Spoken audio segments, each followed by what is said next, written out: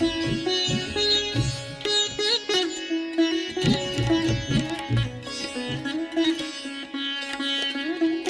श्री माता जी।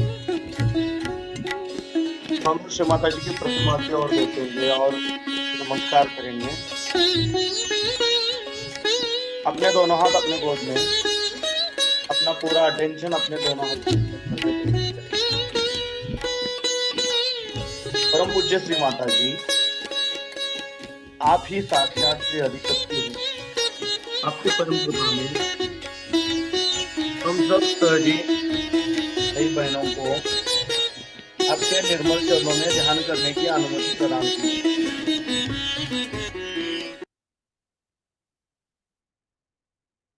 अब हम अपना राइट हैंड मदर अर्थ की ओर करेंगे, लेफ्ट हैंड हाथ अपना अपने गोद में ही रहेगा। अपना पूरा अटेंशन अपने लेफ्ट हैंड के सेंटर पर केंद्रित करना है और धीरे धीरे हम अपना अटेंशन लेफ्ट हैंड से अपने तालु भाग की ओर, अपने सहस्त्रार की ओर लेके जाना है और सहस्त्रार से धीरे धीरे हम अपना अटेंशन राइट हैंड की ओर लेके जाएंगे 7 बार।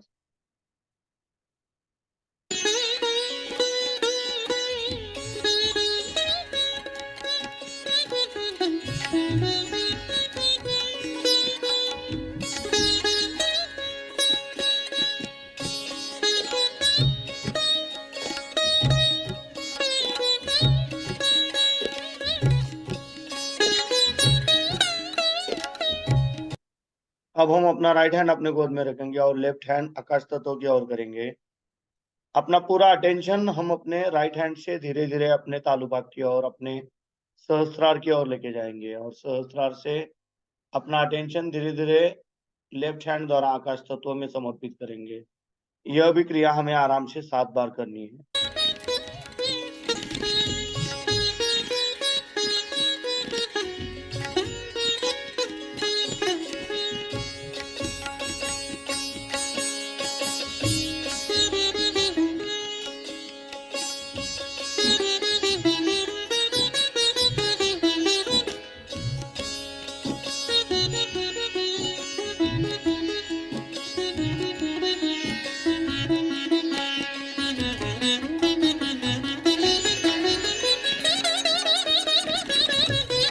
अब हम अपने दोनों हाथ अपने गोद में रखेंगे, अपना पूरा चित्त अपने दोनों हाथों के सेंटर पे,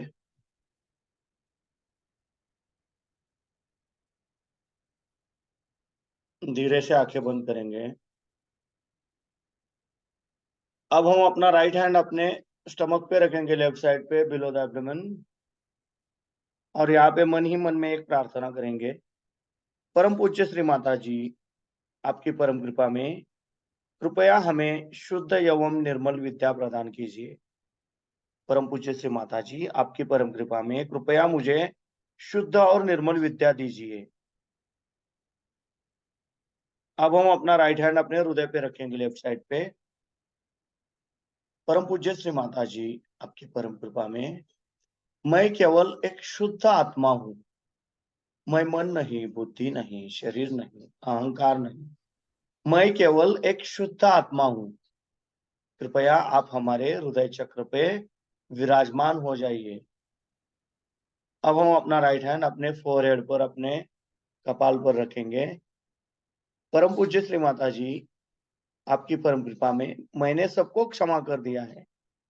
मेरे मन में किसी के भी प्रति द्वेष भावना नहीं है। मैंने खुद को भी क्षमा कर दिया है और सबको क्षमा कर दिया है। कृपया हमें सदैव क्षमाशील बनाए रखिए। अब हम अपना राइट हैंड अपने सहस्त्रार पे रखेंगे और धीरे धीरे क्लॉकवाइज 7 बार रोटेट करेंगे।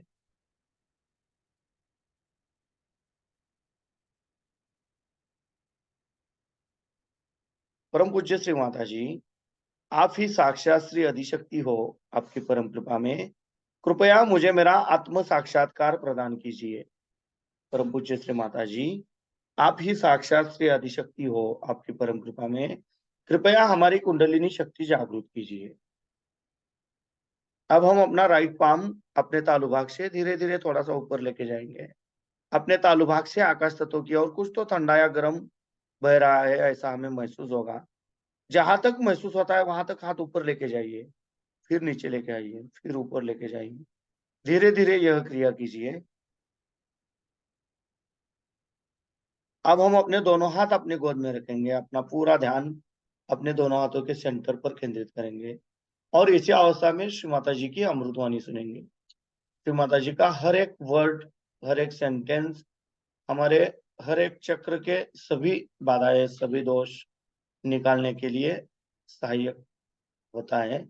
इसलिए पूरे सच्चे हृदय से हमें श्री माता जी का हर एक वर्ड सुनना है और चित्त अपना दोनों हाथों के सेंटर पर केंद्रित करना है।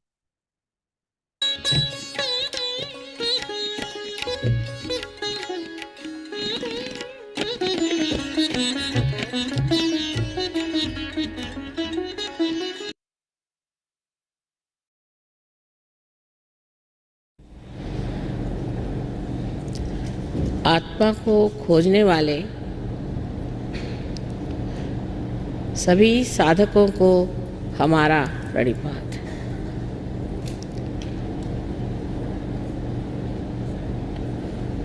कुछ समझ में नहीं आता है कि कैसे बताएं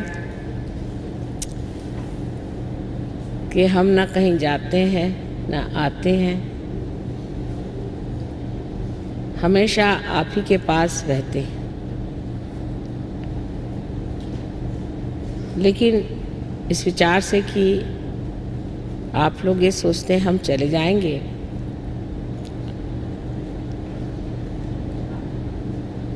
बड़ा दुख भी लगता है। सारे संसार में बहुत से सहयोगी हैं, जब एक को छोड़ते हैं तो उन सब का ख्याल बनता है और जहाँ जाना है वहाँ बहुत उल्लास से, आनंद से लोग इंतज़ार कर रहे हैं।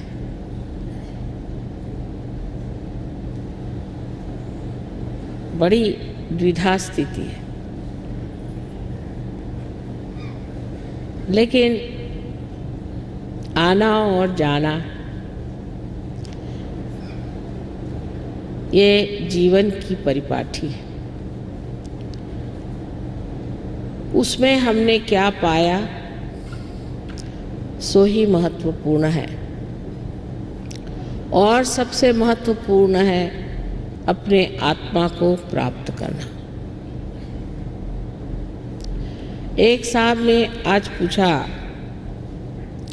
कि सहयोग करने से क्या लाभ होगा, ये मेरी समझ में नहीं आया, इसलिए आप मुझे इसको सीधे शब्दों में समझाइए। सो तो मैंने कहा सारा रामायण कह दिया, लेकिन अब तुम जानना चाहते हो तो एक सर्वसाधारण तुलना से, एनालॉजी से आपको मैं समझाती। जैसे कि एक मोटर कार है, ऐसा ही हमारा जीवन है समझ लीजिए, और परमात्मा ने हमें ये जीवन दे दिया। इस कार में एक एक्सेलरेटर है और एक ब्रेक है। अभी हमें मोटर चलाना नहीं आता, तो हम एक तरफ ब्रेक दबा देते हैं तो गाड़ी एकदम ही रुक जाती है, एक्सेलरेटर दबाते हैं तो न जाने किस गड्ढे में पहुंच जाती है। तो धीरे धीरे हम सीखने लगते हैं किस तरह से हम संतुलन इसका साध लें, और उस संतुलन में हम जान लें कि मोटर चलाना क्या चीज़ है। जिस वक्त ये संतुलन एकदम सज जाता है और आपके अंदर स्वयं ही इसका पूर्ण विश्वास हो जाता है, उस वक्त हम कहते हैं कि हम ड्राइवर हो गए। अब अनजाने भी आप चला रहे हैं, आपका चित्त भी कहीं और हो तो भी आप ठीक से गाड़ी हाँकते हैं, फ़ौरन आप ब्रेक लगा लेते हैं, फ़ौरन आप एक्सेलरेटर दबा देते हैं। इसमें आपको अपने पर प्रश्न करना नहीं पड़ता। बिल्कुल सोचे समझे ही आप गाड़ी चला सकते हैं।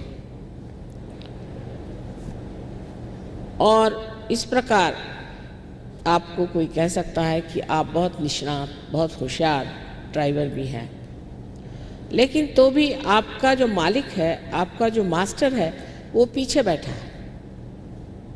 वो बीच बीच में आपसे कहता भाई धीरे चलाओ, ज़्यादा चलाओ, ये करो वो करो, लेकिन आप इस जीवन के अभी तक मालिक नहीं हैं। ये जीवन जो कि आपने सीख लिया है चलाना, हो सकता है कोई आदमी आपको ज़्यादा रुपया दे तो आप इसे छोड़ के वहाँ चले जाएं, या आप किसी गलत फहमी में पड़ जाएं, या आपको ये लगे कि अगर मैं मालिक ही नहीं हूँ तो इस गाड़ी को क्यों चलाऊं, मैं क्यों न मालिक हो जाऊं। जब ये इच्छा आपके अंदर आ गई तब समझना चाहिए आप में महालक्ष्मी तत्व की जागृति हो गई। तब आप खोजने लगे,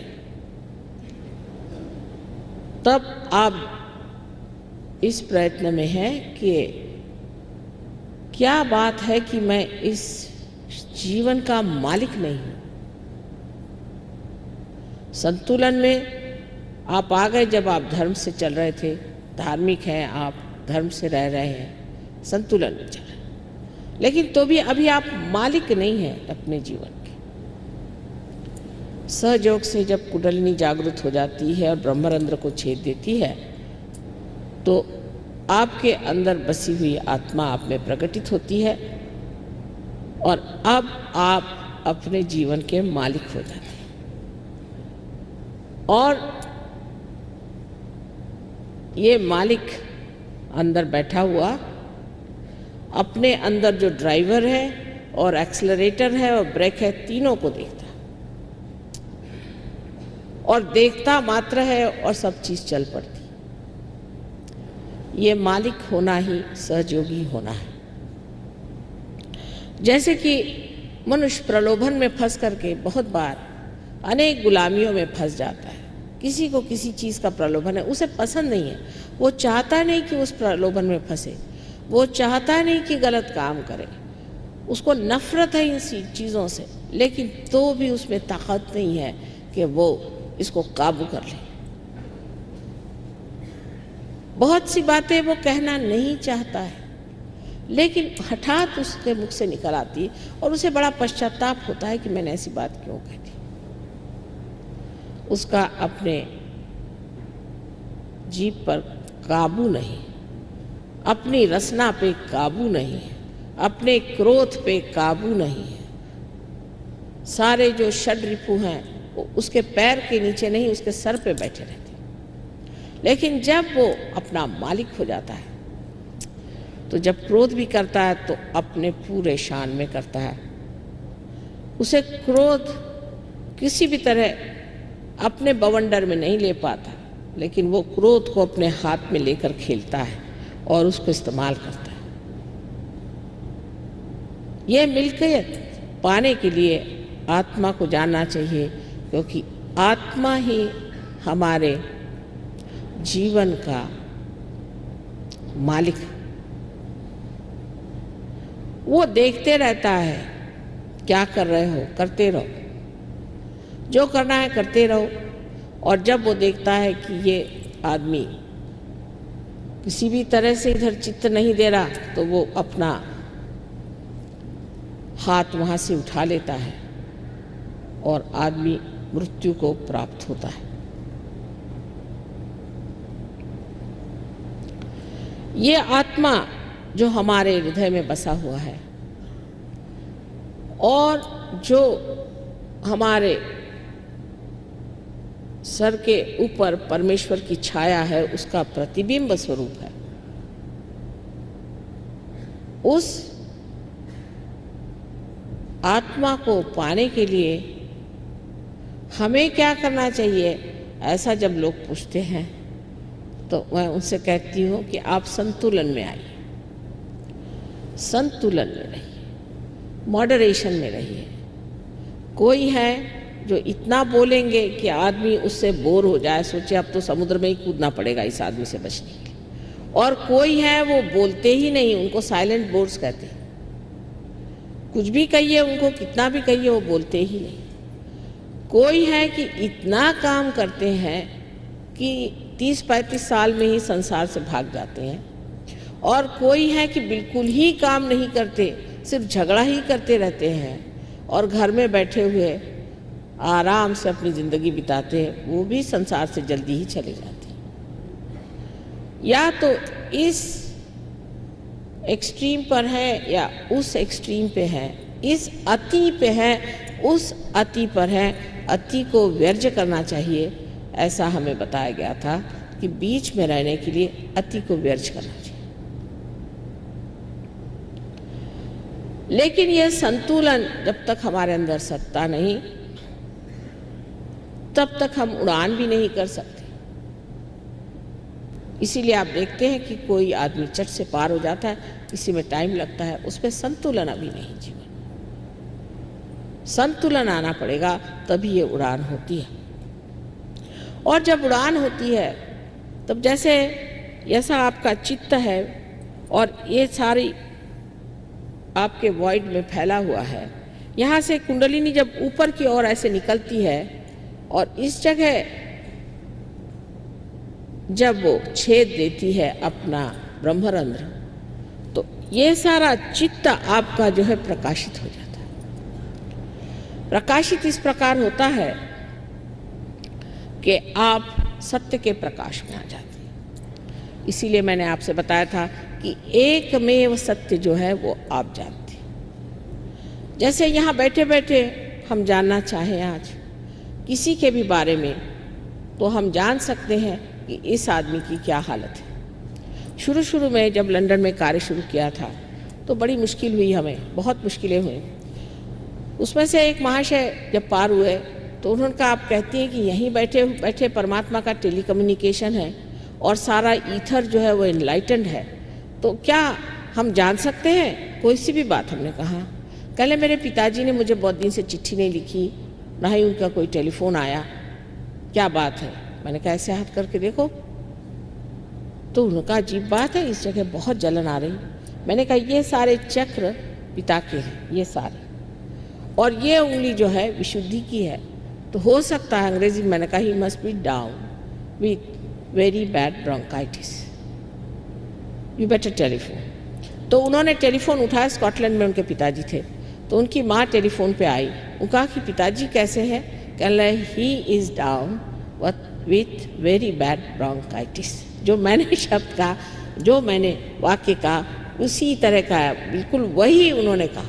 तो ये अवाक रह गए कि माँ यहाँ बैठे बैठे हमने कैसे जाना? मैंने कहा भाई तुमने जाना, मैंने तो नहीं जाना।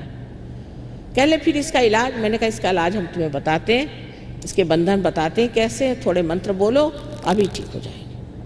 आधे घंटे बाद उनके माँ का फ़ोन आया कि बड़ी आश्चर्य की बात है, उनका सारा बुखार भी उतर गया, उनकी तबीयत ठीक हो गई और वो टहल पहल रहे हैं। और फिर पिताजी से बात हुई, उनका पता नहीं क्या हुआ, तुम्हारे फ़ोन आने के बाद एकदम हमें आधे घंटे में ही आराम आ गया। अब ये कैसे होता है? अपने को इतना आश्चर्य लगता है कि हो नहीं सकता। क्यों नहीं हो सकता? अगर आप टेलीविज़न पे खड़े हो जाएं तो दुनिया के कोई भी कोने में आप देख सकते हैं कि कलकत्ते में क्या हो रहा है। ये कैसे होता है? अगर किसी देहाती आदमी से जाके बताओ कि भाई देखो ये टेलीविज़न, ये जो डब्बा है, इसमें आप दुनिया की सब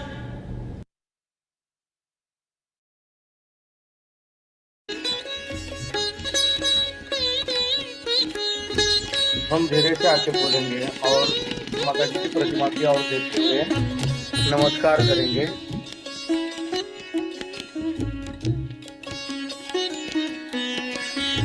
जय श्री माता जी।